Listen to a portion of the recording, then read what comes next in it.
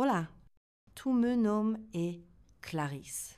Tenho 78 anos hoje, mas essa história que vou contar aconteceu quando eu tinha apenas 32 anos, 1962.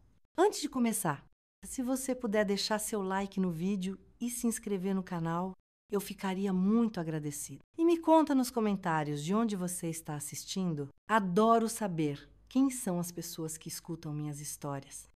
Nasci no interior de Minas Gerais, numa época em que as mulheres tinham pouquíssimas opções na vida, além de casar e ter filhos. Estudei até onde meu pai permitiu, que foi só até o 4º ano do primário. Depois disso, fiquei em casa, aprendendo a cozinhar, costurar e cuidar da casa, me preparando para ser esposa. Como disse naquele tempo, conheci Orlando quando tinha 17 anos, numa festa de São João da igreja. Ele era um rapaz bonito, trabalhador, de família respeitada na cidade. Começamos a namorar com a permissão dos meus pais, sempre com muito respeito. Ele vinha conversar comigo na sala de casa, sob os olhos atentos da minha mãe. Depois de 2 anos, ficamos noivos e nos casamos numa cerimônia simples na igreja matriz. Eu tinha 19 anos e sonhava com uma vida feliz ao lado dele. Tivemos nossos filhos logo em seguida. Primeiro o Luiz, depois a Helena. Por último, o Ricardo. 3 crianças lindas que eram minha alegria. Orlando trabalhava no banco da cidade e era gerente. Um homem respeitado, eu cuidava da casa e das crianças. Para quem olhava de fora, éramos a família perfeita. E por muitos anos, acreditei nisso também. Meu irmão Edson era mais novo que eu, 5 anos de diferença. Ele sempre foi muito próximo da nossa família. Solteiro, vivia na mesma cidade. E vinha jantar conosco pelo menos 2 vezes por semana. Era padrinho do meu filho mais novo. Dava presentes para as crianças. Ajudava quando precisávamos. Orlando e Edson se davam muito bem. Saíam juntos às vezes para pescar ou jogar cartas com outros amigos. Nunca desconfiei de nada. Foi num domingo de abril de 1962. As crianças estavam na casa da minha mãe, passando o dia. Orlando havia saído para resolver assuntos do banco, algo sobre documentos importantes que precisava revisar antes da segunda-feira. Eu aproveitei para arrumar nosso quarto, limpar os armários, colocar as coisas em ordem. No fundo do guarda-roupa, onde Orlando guardava seus documentos, encontrei uma caixa de charutos antiga. Achei estranho, porque ele não fumava charutos. Abri a caixa por curiosidade e encontrei várias cartas amarradas, com um barbante fino. Não costumo mexer nas coisas dele, mas algo me disse que eu deveria olhar. A letra era familiar demais. A primeira carta que abri começava com meu querido e não tinha assinatura no final. Conforme fui lendo, minhas mãos começaram a tremer. Era uma carta de amor, falando de encontros secretos, de sentimentos profundos, de desejos. Abri outra e mais outra, todas no mesmo tom. Na última que li, havia uma referência a um pequeno sinal que meu irmão tinha nas costas, próximo ao ombro. Foi como um raio caindo sobre a minha cabeça. Meu marido e meu irmão mantinham um caso há anos. Debaixo do meu nariz, os 2 homens que eu mais amava e confiava estavam me traindo, não apenas com infidelidade, mas com uma mentira que sustentava toda a nossa vida: as pescarias, os jogos de cartas, as vezes em que Edson levava Orlando para casa porque ele havia bebido demais. Tudo fazia sentido agora. Sentei na beira da cama, com as cartas espalhadas no meu colo, e chorei, como nunca havia chorado na vida. Não era apenas meu casamento que estava destruído, era minha família inteira, era meu irmão, meu próprio sangue. Era a vergonha que cairia sobre todos nós, se aquilo fosse descoberto, naquela época, relacionamentos assim não eram apenas condenados pela sociedade. Era um crime. Pessoas iam para a cadeia ou para hospícios por causa disso. As horas passaram, o sol começou a se pôr. E eu continuava ali, paralisada. O que eu faria? Como enfrentaria Orlando? Como olharia para meu irmão novamente e meus filhos? O que seria deles, crescendo com esse escândalo? Na nossa cidade pequena, seriam marcados para sempre. Em meus países, já idosos, não suportariam a vergonha. Ouvi a porta da frente se abrir. Orlando havia chegado. Guardei as cartas rapidamente na caixa e coloquei de volta no fundo do guarda-roupa. Lavei o rosto. Tentei disfarçar que havia chorado, mas sabia que meus olhos estavam vermelhos e inchados. Quando ele entrou no quarto e me viu, parou na porta. O que aconteceu? Clarice perguntou, com uma expressão preocupada que agora me parecia tão falsa. Nada, só uma dor de cabeça forte. Aquela noite foi a primeira das muitas em que eu dormi ao lado dele, sabendo da verdade, mas fingindo que não sabia. Foi o início de uma angústia que me acompanharia por anos. Uma ferida que sangrava por dentro enquanto eu mantinha um sorriso por fora, especialmente para proteger meus filhos. Nos dias que se seguiram, observei os dois com outros olhos. Os olhares, os gestos, os toques, aparentemente inocentes. Como eu tinha sido cega por tanto tempo, a dor era tanta que tinha dias em que eu mal conseguia respirar. Não tinha ninguém para conversar, ninguém em quem confiar. Não podia contar para minhas amigas, para minha mãe, para ninguém da igreja. Estava completamente sozinha com meu sofrimento. E assim começou o período mais difícil da minha vida, onde cada dia era uma luta para levantar da cama, para fazer as tarefas mais simples, para sorrir para meus filhos, para não desmoronar na frente de todos. Ninguém poderia imaginar a tempestade que estava acontecendo dentro de mim. Dias se transformaram em semanas e semanas em meses intermináveis. Cada manhã eu acordava com aquele peso no peito, como se uma pedra estivesse esmagando o meu coração.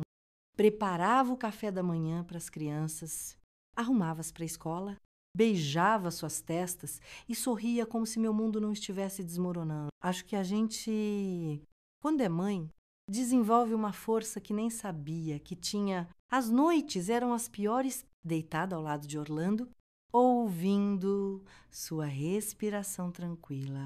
Enquanto ele dormia sem culpa, eu me perguntava como um homem podia viver tantos anos numa mentira. Às vezes, eu ficava acordada até o amanhecer, repassando nossa história, tentando identificar os sinais que não vi, tentando entender quando tudo começou. Será que nosso casamento inteiro tinha sido uma farsa? Será que ele jamais me amou de verdade? Em julho de 1962, meu irmão Edson anunciou que estava se mudando para São Paulo. Disse que havia conseguido um emprego melhor lá, uma oportunidade que não podia recusar. Todos na família ficaram surpresos, mas apoiaram sua decisão. Só eu sabia a verdadeira razão. Nas semanas anteriores, eu havia começado a tratá-lo com frieza. Não conseguia olhar nos olhos dele sem sentir um misto de raiva e tristeza. Ele deve ter percebido que eu descobri algo e decidiu se afastar. No dia da despedida, enquanto toda a família se reunia para um almoço, observei como Orlando mal conseguia esconder a tristeza. Vi os olhares discretos trocados entre eles quando achavam que ninguém estava vendo. Minha mãe comentou que eu estava quieta demais e menti dizendo que estava apenas com dor de cabeça. Era mais fácil fingir dores físicas do que explicar a dor da alma. Depois que Edson partiu, notei a mudança em Orlando. Ele começou a chegar mais tarde do trabalho, muitas vezes cheirando a bebida, tornava-se irritado com as crianças por motivos pequenos, algo que nunca havia feito antes. And what? Às vezes o encontrava na sala, no escuro, com um copo de cachaça na mão, olhando para o nada. Parte de mim sentiu uma satisfação amarga em vê-lo sofrer. Outra parte, por incrível que pareça, queria consolá-lo, dizer que entendia sua dor. É estranho como o amor e o ódio podem se misturar dessa forma.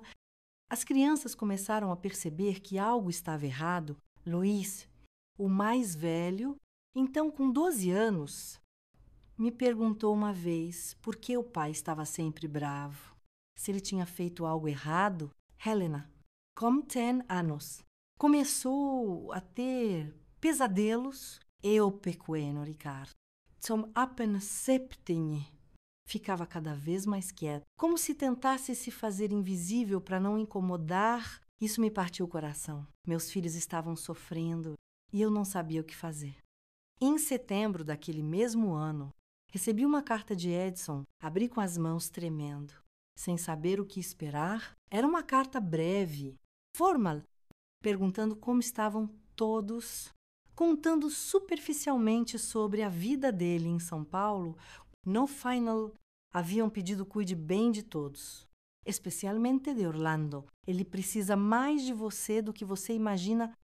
Aquelas palavras me atingiram como um tapa. Meu próprio irmão, que traiu minha confiança da pior maneira possível, ainda tinha a audácia de me pedir para cuidar do homem que ele amava. Rasguei a carta em pedaços e joguei na lareira acesa.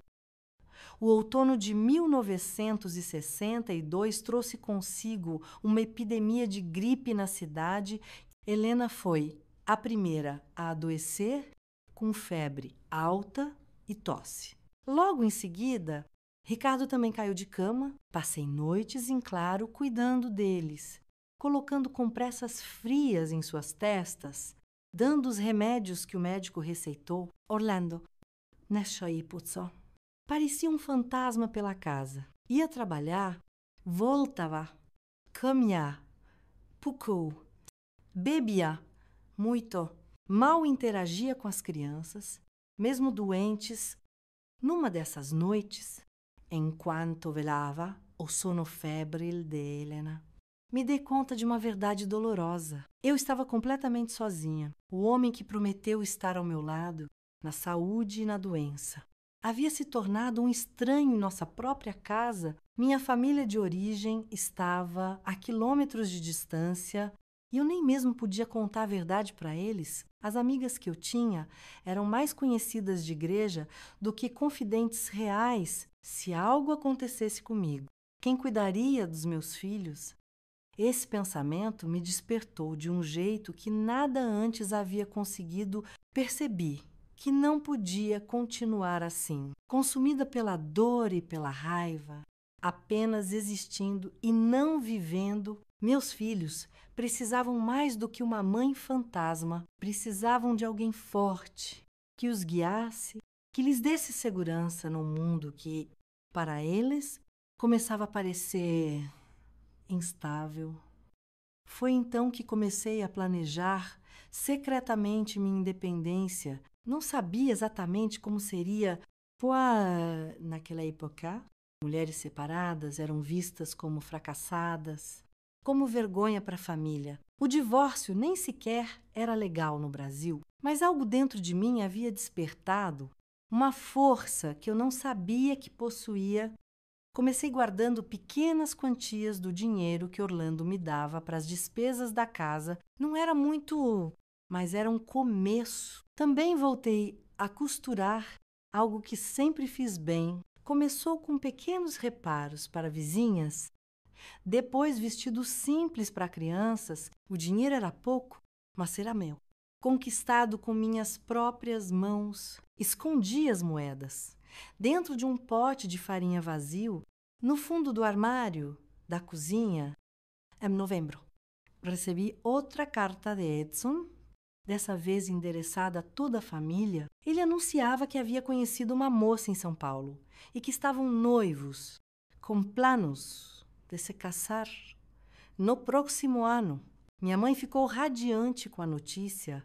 Le meu père, orgulhoso. Durante o jantar, comentaram como Edson finalmente tinha sentado a cabeça, encontrado uma boa moça para formar família.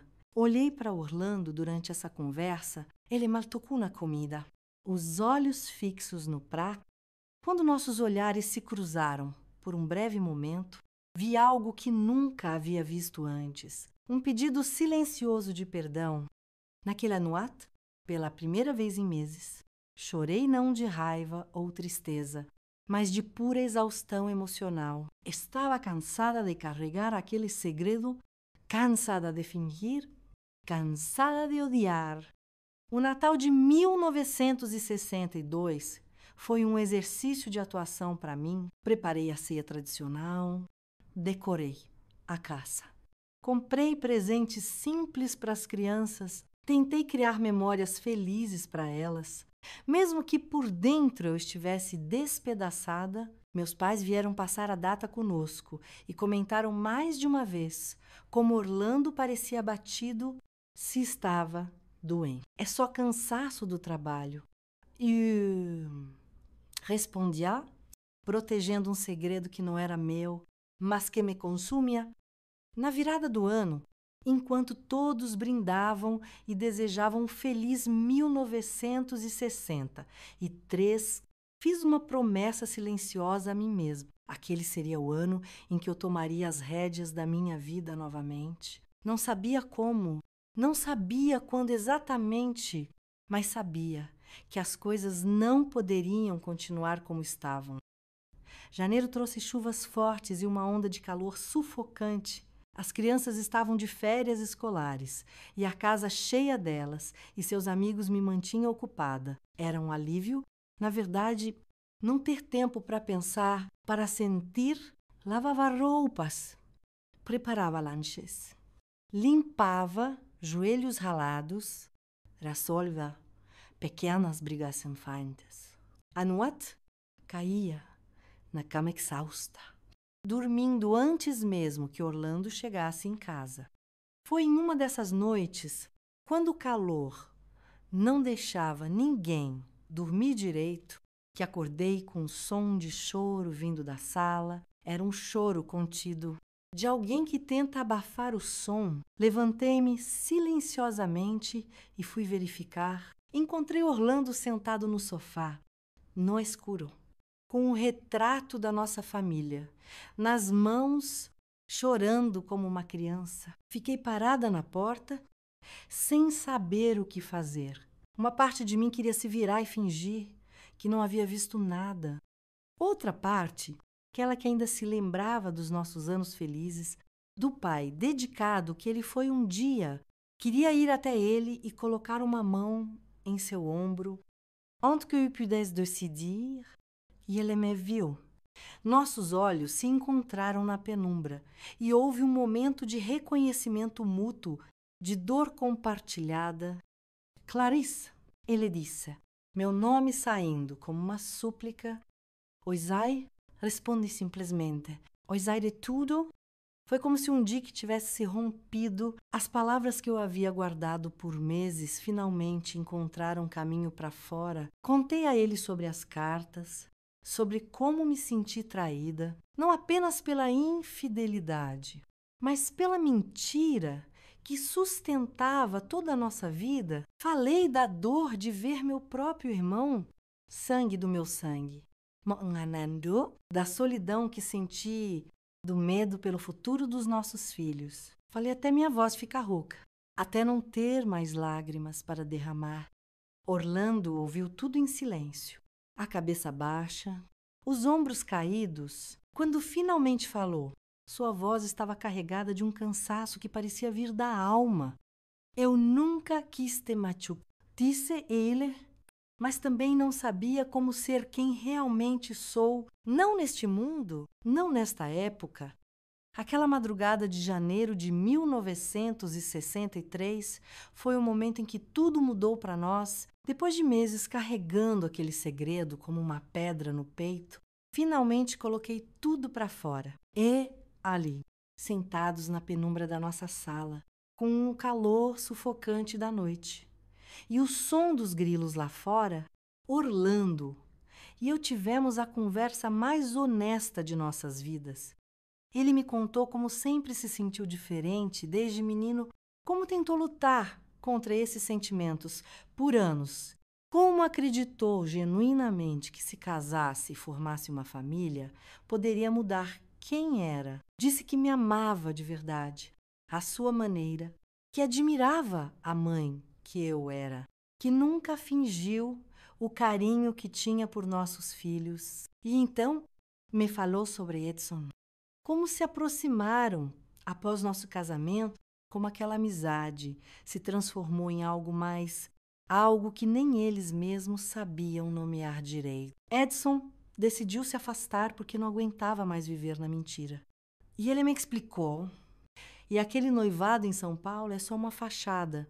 Ele achou que seria mais fácil assim para todos.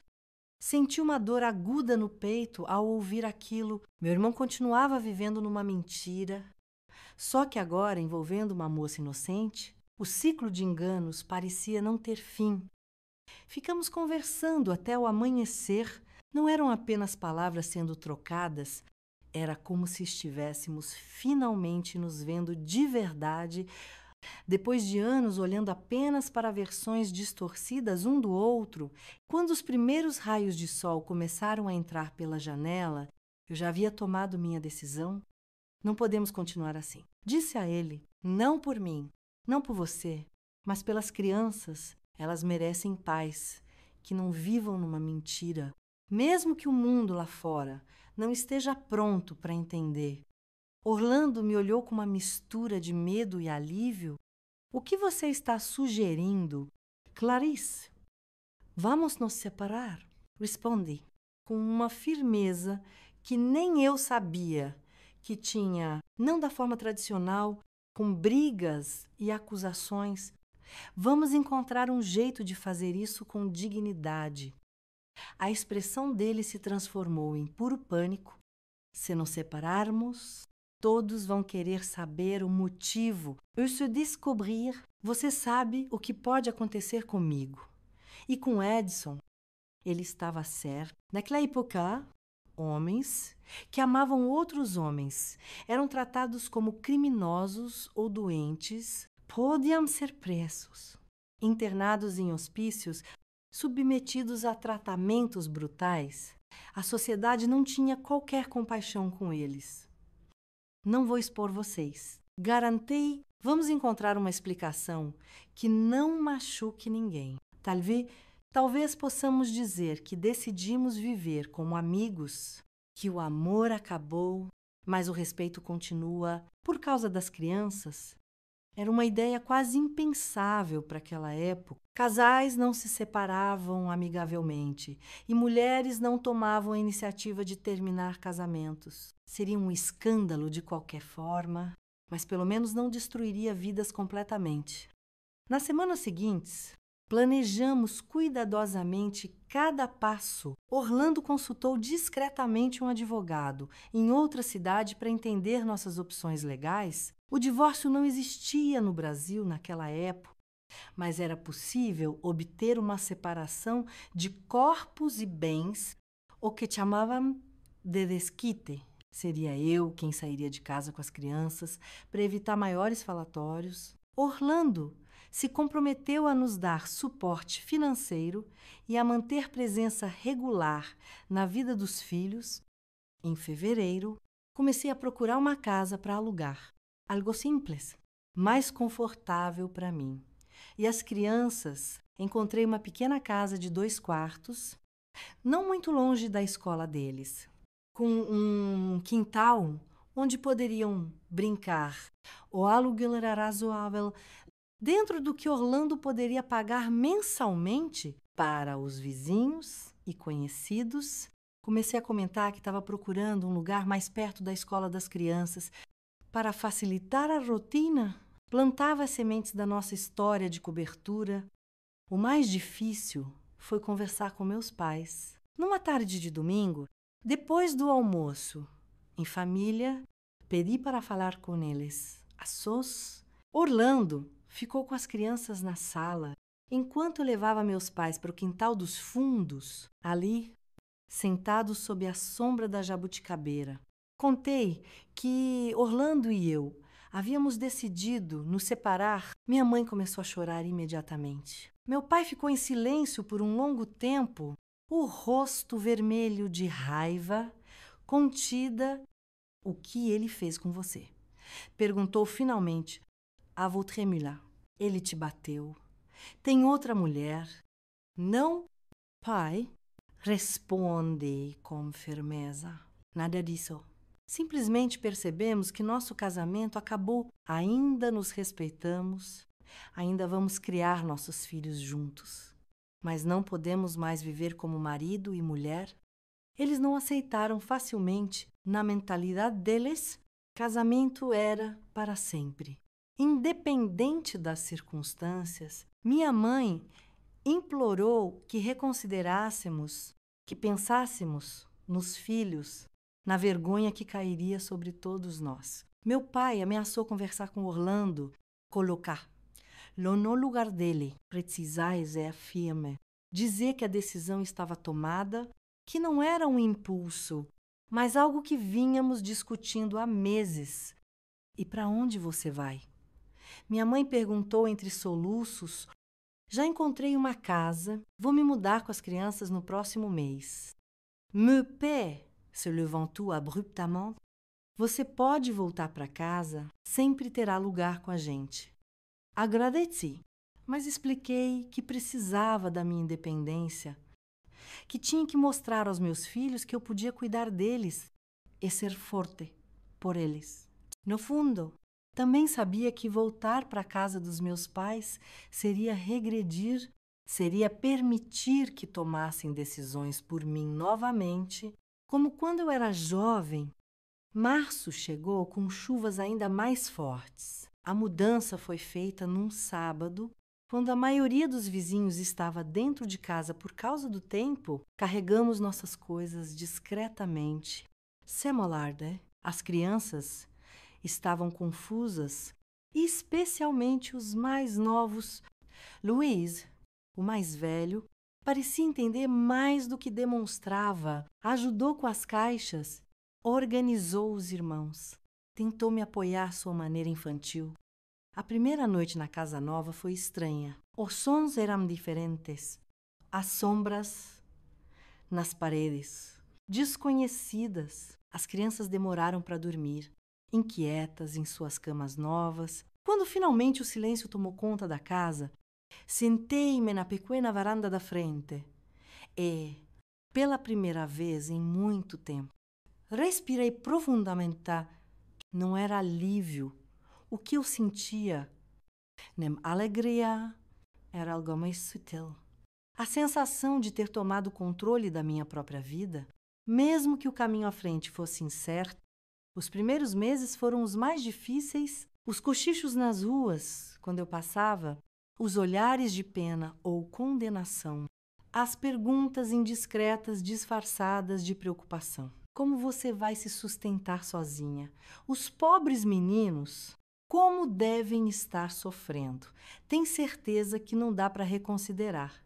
Pense na sua família. A pior parte era ver meus filhos lidando com as consequências da nossa decisão. Luiz, que antes era um dos melhores alunos da turma, começou a ter problemas na escola. Helena se tornou extremamente quieta. Quase não falava mais. Eu, pequeno, Ricardo voltou a fazer xixi na cama, algo que já havia superado anos antes. Orlando vinha visitar regularmente, jantava conosco aos domingos, levava as crianças para passeios. Para o mundo exterior, éramos um exemplo raro de separação civilizada. Para nós, era uma corda bamba emocional, tentando equilibrar as necessidades dos nossos filhos com nossas próprias feridas em processo de cicatrização, em junho, recebi uma carta de Edson. Ele escrevia para comunicar que seu noivado havia terminado e que estava se mudando para o Rio de Janeiro. Entre as linhas formais, entende o que realmente acontece. Ele não conseguiu levar adiante a farsa do noivado e buscava agora uma cidade grande onde pudesse se perder no anonimato, ser um pouco mais ele mesmo. Respondi brevemente, informando sobre nossa separação, garantindo que seu segredo estava seguro comigo. Não sei se foi o gesto certo. Se devia manter distância, mas naquele momento senti que precisávamos encerrar aquele capítulo com alguma paz. O restante de 1963 foi um período de adaptação e descobertas. Aprendi a consertar vazamentos, a negociar com fornecedores, a administrar sozinha o orçamento da casa. Minha costura, que começou como complemento de renda, foi ganhando mais clientes. Comecei a fazer não apenas reparos, mas vestidos inteiros, roupas para festas, en sauvé de bebê. Ao pouco, o círculo de fofocas ao nosso redor começou a diminuir. Outras histórias tomaram o lugar da nossa nos burburinhos da cidade. As crianças, com seu poder incrível de adaptação, começaram a se sentir mais confortáveis na nova realidade. Nossa rotina encontrou seu ritmo. Nossos dias ganharam uma previsibilidade reconfortante. Em dezembro, quando as festas de fim de ano se aproximavam, tive outro momento difícil. Como seria o Natal agora? Orlando deveria passar conosco e a ceia na casa dos meus pais, ainda extremamente desconfortáveis com nossa situação. Decidi, depois de muito pensar, que criaria nossas próprias tradições. Convidei Orlando para a ceia de Natal em nossa casa, mas não para dormir. Ele viria. Celebraria com as crianças, trocaria presentes e depois iria para a casa dele. No dia seguinte, levaríamos os filhos para visitar meus pais brevemente, mas não ficaríamos para o almoço tradicional. Foram celebrações estranhas, cercadas de tensão, não dita, mas também com momentos genuínos de alegria, principalmente quando as crianças abriam seus presentes ou compartilhavam histórias da escola. Uma nova normalidade estava começando a tomar forma diferente do que eu jamais poderia ter imaginado, mas ainda assim, nossa, 1960. E 4 trouxe mudanças ainda maiores. Com o golpe militar, em março, o país entrou numa fase de incertezas. Lembro-me de ouvir o rádio ansiosamente, tentando entender o que acontecia. Orlando, sempre mais informado por causa do trabalho no banco, me explicava as notícias. Preocupado com o rumo que as coisas estavam tomando, naquele clima de tensão política, nossa situação pessoal parecia menos escandalosa para a cidade. As pessoas tinham preocupações maiores agora. Para Orlando e para homens como ele, no entanto, os tempos se tornaram ainda mais perigosos. O novo regime tinha uma visão ainda mais rígida sobre moral e costumes. Foi em setembro de 1964 que minha vida deu outra guinada inesperada. Uma cliente para quem eu costumava costurar vestidos era dona de uma pequena loja de tecidos no centro da cidade. Dona Matilde, uma senhora viúva de uns 60 anos, veio até minha casa para buscar um vestido que havia encomendado para o casamento da sobrinha. Clarice, ela me disse, enquanto experimentava o vestido, seu trabalho está cada vez mais fino. Tenho clientes que sempre perguntam quem fez minhas roupas. Agrade-te o elogio, como sempre fazia. Ela então me olhou com uma expressão decidida, daquelas que mostram que uma ideia acaba de nascer. Estou pensando em me aposentar. Quero vender a loja e passar mais tempo com meus netos em Belo Horizonte. Você não gostaria de comprar meu estabelecimento? A proposta me pegou completamente desprevenida. Comprar uma loja.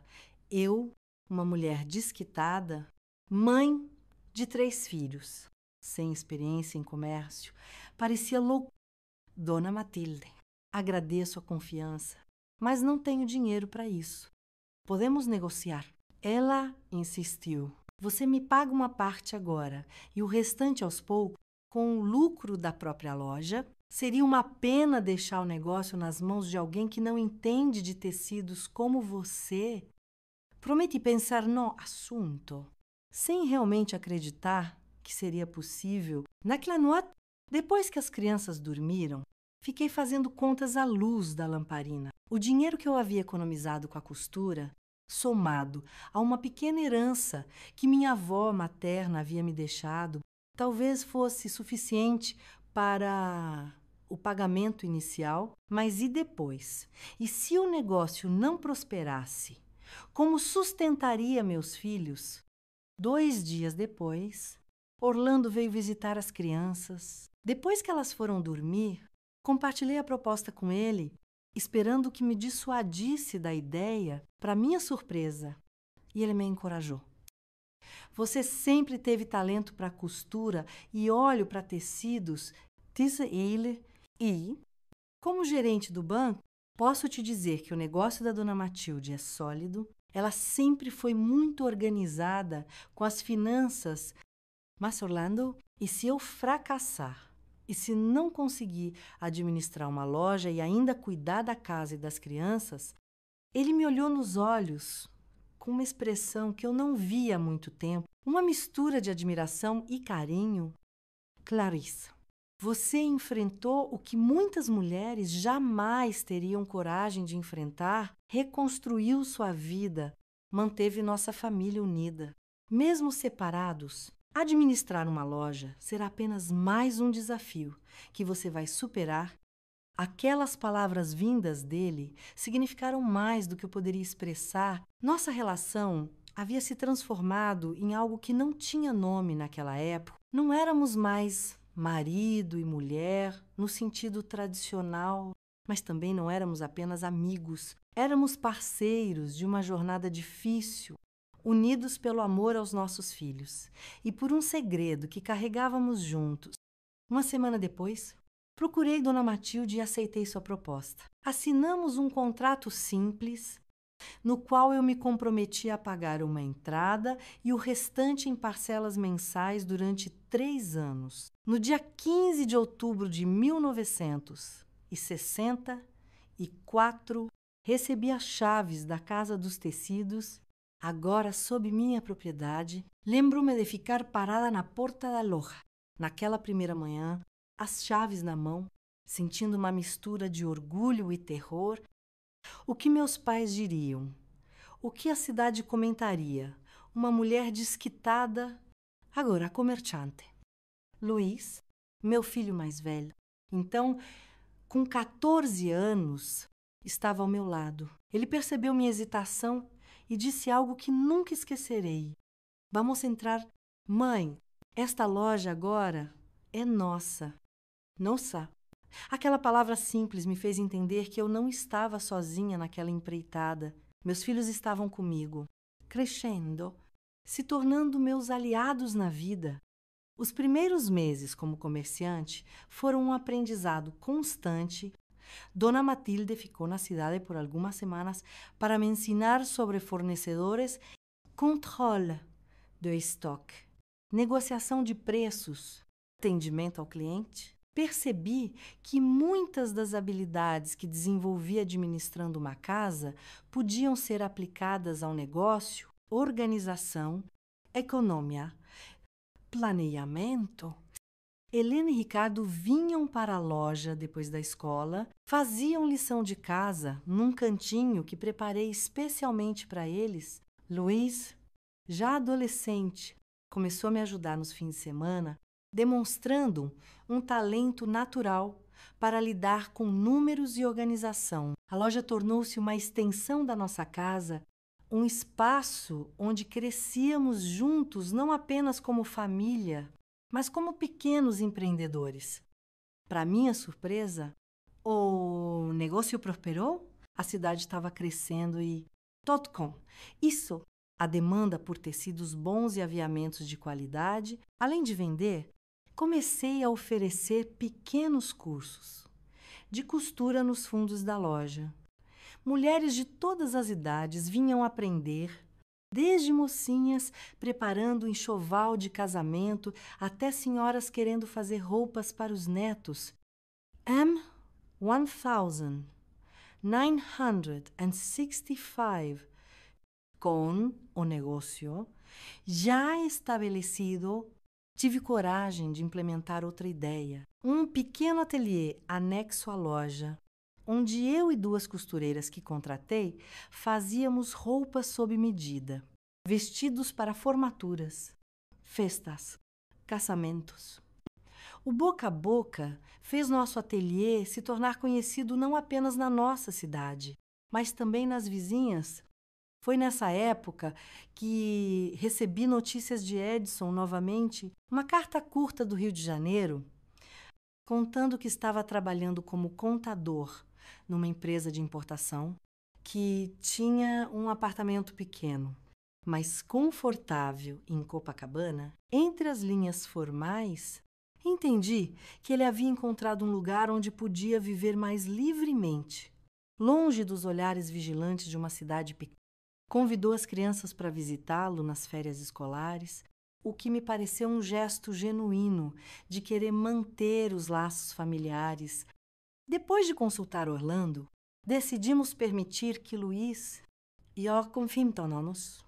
fosse passar 2 semanas com o tio no Rio. Foi a primeira vez que meu filho viajou sozinho e confesso que fiquei ansiosa todos os dias. Quando voltou, veio cheio de histórias sobre a cidade grande, as praias, os pontos turísticos que Edson o levou para conhecer. Também notei uma maturidade nova nele, como se aquela viagem tivesse aberto seus horizontes para um mundo além da nossa pequena cidade. M1966. Sentí que finalmente habíamos encontrado nosso equilíbrio. Aloha e Aben, as crianças se adaptaram à nova rotina e mesmo meus pais, inicialmente tão resistentes à ideia da separação, começaram a demonstrar orgulho pelo meu novo papel como comerciante. Minha mãe, às vezes, vinha à loja para ajudar quando o movimento estava maior. E meu pai, embora nunca tivesse dito diretamente, mostrava seu apoio trazendo pequenos presentes para os netos, perguntando sobre o negócio. Orlando continuava presente na vida das crianças, jantando conosco semanalmente, participando de eventos escolares, sendo o pai que sempre foi para a cidade. Éramos um caso raro de separação amigável. Para nós, éramos uma família redefinida pelos nossos próprios termos, unidos por laços que iam além das convenções sociais. Aquele também foi o ano em que, pela primeira vez, desde a separação, tive coragem de pensar em mim, não apenas como mãe ou comerciante, mas como mulher, aos 36 anos. Percebi que ainda tinha uma vida inteira pela frente. Comecei a cuidar mais de mim, a usar as roupas bonitas que eu mesma costurava, a participar mais da vida social da cidade, não para encontrar outro marido, como muitos pensavam, mas para viver plenamente, sem me esconder. Lembro-me de uma festa beneficente organizada pela igreja local, onde fui com minhas melhores amigas. Aquelas poucas que ficaram ao meu lado durante a separação, dancei, ri. Conversei com pessoas que não via há anos. Uma senhora mais velha se aproximou e disse: "Como você está radiante!" Clarice A. Liberdade lhe caiu bem. Aquelas palavras simples confirmaram o que eu já sentia. Havia encontrado uma força interior que provavelmente nunca teria descoberto se minha vida seguisse o curso que eu planejara na juventude. O ano de 1967 marcou uma nova fase na minha história. Luiz, meu primogênito, estava concluindo o colegial e falava em prestar vestibular para engenharia no Rio de Janeiro. Aquilo me encheu de orgulho e medo ao mesmo tempo. Orgulho por ver meu filho sonhando alto, querendo uma formação superior, algo que eu nunca tive oportunidade de buscar. Medo, porque significava que ele sairia de casa e iria para longe, para aquela cidade enorme que eu só conhecia por histórias. Mãe, posso ficar na casa do tio Edson enquanto estudo para os exames de admissão? Ele sugeriu durante um jantar de família. Orlando, que estava conosco naquela noite, trocou um olhar rápido comigo. Aquele era um tópico delicado para nós dois. Depois que as crianças se recolheram, conversei a sós com Orlando. Você acha seguro? Luiz, morando com Edson, ele suspirou profundamente antes de responder. Clarissa, nosso filho já não é mais criança. E Edson, apesar de tudo, sempre foi um bom tio. Além disso, talvez seja a hora de fazermos as pazes de verdade com o passado. Percebi que Orlando e Edson haviam mantido algum tipo de contato ao longo dos anos, provavelmente através de cartas. Não perguntei detalhes. Algumas coisas era melhor não saber, mas concordei que era hora de olhar para frente. No início de 1968, acompanhei Luiz até a rodoviária. Ele partiria para o Rio. Ficaria com Edson por alguns meses enquanto se preparava para os exames. Meu coração estava apertado, mas tentei não demonstrar. Arrumei sua mala com todo cuidado. Coloquei alguns doces que ele adorava. Costurei um pequeno terço no bolso interno da jaqueta, não tanto por religiosidade, mas como um símbolo de proteção maternal. Escreva sempre que puder. Pede, segurando as lágrimas. E se precisar de qualquer coisa mesmo, Oisai, mãe, ele sorriu. Já com aquela confiança de homem jovem, vou deixar vocês orgulhosos. Ver o ônibus partir naquela manhã de janeiro foi uma das experiências mais difíceis da minha vida. Senti como se uma parte de mim estivesse indo embora também. Helena, então com 16 anos, segurou minha mão com força. Ele vai ficar bem. Mãe, Luiz sempre foi o mais esperto de nós. As primeiras cartas de Luiz chegaram cheias de entusiasmo. Contava sobre a cidade grande, sobre como o tio Edson o estava ajudando com os estudos, sobre os amigos que estava fazendo no curso preparatório. Eu lia cada palavra avidamente, tentando imaginar a nova vida do meu filho. Em março daquele ano, recebi uma carta diferente. Não era de Luiz, mas de Edson. Hesitei antes de abri-la, sentindo um nó no estômago. Dentro havia uma carta breve, mas que mudaria tudo novamente. Querida irmã, sei que nossas relações estão distantes há anos e entendo perfeitamente suas razões, mas ter Luiz aqui me fez perceber o quanto sinto falta da nossa família. Seu filho é um jovem extraordinário e vejo tanto de você nele, a determinação, a inteligência, a bondade. Ele me fala sobre como você transformou sua vida, como construiu um negócio do zero, como educou 3 crianças sozinha. Estou profundamente orgulhoso de você, Clarissa, e profundamente arrependido pelo sofrimento que causei. Não espero seu perdão, apenas gostaria que soubesse que as portas da minha casa estarão sempre abertas para você, assim como estão para seus filhos. Li e reli aquela carta inúmeras vezes. Sentimentos conflitantes me invadiram. Raiva antiga, tristeza, uma ponta de saudade do meu irmão mais novo, aquele a quem eu ensinei a andar, a quem defendi das brigas de rua, a quem contei histórias para dormir, quando nossos pais estavam ocupados. É maio. recebi a notícia de que Luiz havia passado nos exames para a universidade. A felicidade foi tão grande que ofuscou qualquer outro sentimento. Meu filho seria engenheiro. O menino nascido numa pequena cidade do interior, filho de uma mulher desquitada, conquistara uma vaga numa das melhores universidades do país. Organizamos uma pequena festa na nossa casa para comemorar, com bolo e refrigerante para os amigos mais próximos. Orlando parecia transbordar de orgulho paterno.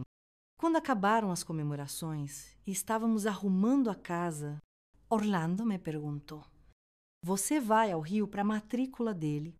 A pergunta me pegou desprevenida. Não havia pensado nisso, em visitar o Rio, impossivelmente encontrar Edson depois de tantos anos. Acho que Luiz já pode fazer isso sozinho. Responde, desviando o olhar. Clarice. Orlando disse suavemente: "Quanto tempo mais vamos carregar mágoas do passado? Nossos filhos estão crescendo, seguindo seus caminhos. Não seria a hora de fazermos o mesmo?" Aquelas palavras ficaram ecoando na minha cabeça por dias. Percebi que, apesar de toda a reconstrução da minha vida, ainda havia um canto escuro dentro de mim, onde guardava ressentimentos antigos, não apenas contra Edson e Orlando, mas contra a vida que me foi negada, contra as expectativas frustradas, contra as mentiras que tive que suportar. Em julho, tomei minha decisão. Viajaria ao Rio para a matrícula de Luiz e encontraria meu irmão. Não pela reconciliação em si, mas para colocar um ponto final naquela história, para me libertar definitivamente. A viagem foi longa e cansativa. Nunca havia saído do estado antes e tudo no Rio me impressionava. Os edifícios altos, o mar, que parecia não ter fim, a quantidade de pessoas nas ruas. Luiz me esperava na rodoviária, mais alto e mais magro do que quando partiu, já com aquele ar de quem está encontrando seu lugar no mundo. O apartamento de Edson ficava num prédio antigo, mas elegante, em Copacabana, a 2 quadras da praia. Subimos de elevador até o 8º andar, meu coração batendo tão forte que achei que Luiz podia ouvi-lo. Quando a porta se abriu, lá estava ele, meu irmão caçula, agora um homem de quase 40 anos, com fios grisalhos nas têmporas e uma expressão apreensiva no rosto. Clarice, ele disse: "Vous emborgado." Você veia. Não houve abraços, nem lágrimas, apenas um silêncio pesado, carregado de décadas de palavras não ditas. Luiz, percebendo a tensão, disse que iria mostrar a praia para os irmãos. Helena e Ricardo, que haviam vindo comigo, ficamos sozinhos. Edson e eu, pela primeira vez em muitos anos. Seu apartamento é bonito, comentei, sem saber como começar uma conversa tão difícil. Obrigado, não é grande, mas tem vista para o mar nas manhãs claras. A paisagem me tirar o fôlego. Falamos sobre amenidades por alguns minutos. O tempo e viagem. A cidade, então, subitamente. E ele disse: "Eu sinto muito, Clarice, por tudo, pelo sofrimento que causei a você." As crianças sente o nó se formando na minha garganta. Tantas vezes imaginei esse momento, tantas respostas ácidas. Ensaiei mentalmente, mas ali, frente a frente com meu irmão, vi apenas um homem cansado, carregando seus próprios fardos. Por que, Edson? Por que não confiou em mim desde o início? Ele balançou a cabeça, os olhos marejados, porque nem eu mesmo entendia o que estava acontecendo. Crescemos ouvindo que homens como eu eram doentes, pecadores, criminosos. Eu tentei lutar contra esses sentimentos durante anos, acreditando que era apenas uma fase que passaria. Quando conheci Orlando através de você, Foi como se finalmente encontrasse alguém que me compreendia. Sentamos na pequena varanda do apartamento, com a brisa do mar, acariciando nossos rostos. E conversamos como não fazíamos desde crianças. Ele me contou sobre sua vida no Rio, sobre como encontrou uma comunidade onde podia ser ele mesmo, sobre seu trabalho, seus amigos. Contei a ele sobre a Loja, sobre como reconstruir minha vida, sobre os desafios de criar 3 filhos, sozinha. Quando os jovens retornaram, exaustos e felizes, depois de um dia na praia, encontraram tio e mãe, rindo de histórias da infância, compartilhando uma garrafa de vinho barato. Não era um perdão completo. Algumas feridas são profundas demais para cicatrizar totalmente, mas era um começo. Os dias que passei no Rio foram uma espécie de cura. Ajudei Luiz com sua matrícula. Conheci a universidade onde ele estudaria. Visitei as praias e pontos turísticos com os outros filhos. Edson foi um guia paciente, mostrando os cantos da cidade que turistas geralmente não conhecem. Na véspera da nossa partida, ele me levou para caminhar na praia. Ao entardecer, o céu estava pintado de tons de laranja e rosa. O mar calmo, refletindo as últimas luzes do dia. Está vendo aquela linha no horizonte, onde o céu encontra o mar? Ele perguntou, apontando para a imensidão à nossa frente. Durante a nossa, pensei que algumas distâncias nunca poderiam ser atravessadas. Agora sei que estava errado. Quando voltamos para Minas, algo havia mudado dentro de mim. Era como se um peso tivesse sido retirado dos meus ombros. Pela primeira vez em muitos anos, senti que podia respirar completamente, sem aquela opressão constante no peito. 1969 chegou trazendo novos desafios e alegrias. Helena, seguindo os passos do irmão, decidiu que queria estudar letras. Para minha surpresa, ela não quis ir para o Rio, mas para Belo Horizonte, onde poderia estar mais perto de casa e, ainda assim, ter acesso a uma boa universidade. A loja continuava prosperando. Contratei mais 2 costureiras para o ateliê e agora não apenas fazíamos roupas sob medida, mas também pequenas coleções sazonais que vendíamos na própria loja. As mulheres da cidade, antes tão críticas à minha situação de desquitada, agora me procuravam para conselhos sobre negócios, sobre como conciliar trabalho e família. Orlando, apesar de manter sua própria casa, tornou-se uma presença cada vez mais constante em nossas vidas. Não apenas como pai dos meus filhos, mas como um amigo, um confidente. Aos poucos, nosso relacionamento evoluiu para algo que não tinha definição nos padrões da época. Não éramos um casal tradicional, mas também não éramos apenas ex-cônjuges cordiais. Em setembro, recebi um telefonema do Rio. Era Luiz. Com Vusemborg, Godó. Mãe, o tio Edson está no hospital. Foi um ataque cardíaco. Os médicos dizem que é grave. Viajei no primeiro ônibus disponível, deixando a loja aos cuidados da gerente que havia contratado. Encontrei meu irmão numa cama de hospital, pálido e fragilizado. Tubos e máquinas por toda parte. Luiz estava ao seu lado, segurando sua mão com força. Ele estava trabalhando até tarde. Meu filho me explicou. Quando chegou em casa, começou a sentir dores no peito, falta de ar. Um vizinho o trouxe para o hospital. Passei a noite inteira ao lado da cama de Edson. De madrugada, ele abriu os olhos brevemente, me reconheceu e tentou sorrir. Minha irmã, sussurrou antes de voltar a dormir. Ele sobreviveu, graças a Deus e à medicina, mas o susto foi grande o suficiente para provocar mudanças depois de 3 semanas no hospital.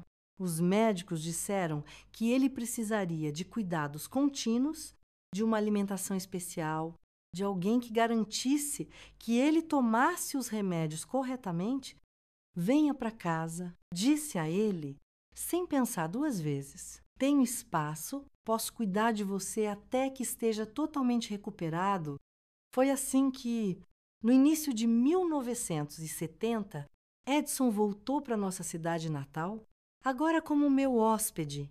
A princípio, uva, cochichos, olhares curiosos. A irmã desquitada agora vive com o irmão solteirão que retornou da cidade grande após adoecer. Mas logo, as línguas ferinas encontraram outros assuntos para comentar Orlando, que inicialmente parecia apreensivo com a volta de Edson. Logo entrou na rotina de visitas frequentes. Aos domingos, jantávamos todos juntos e o Ricardo, o único filho que ainda morava em casa, Edson e Orlando. Uma família estranha aos olhos de fora, mas que funcionava perfeitamente para nós.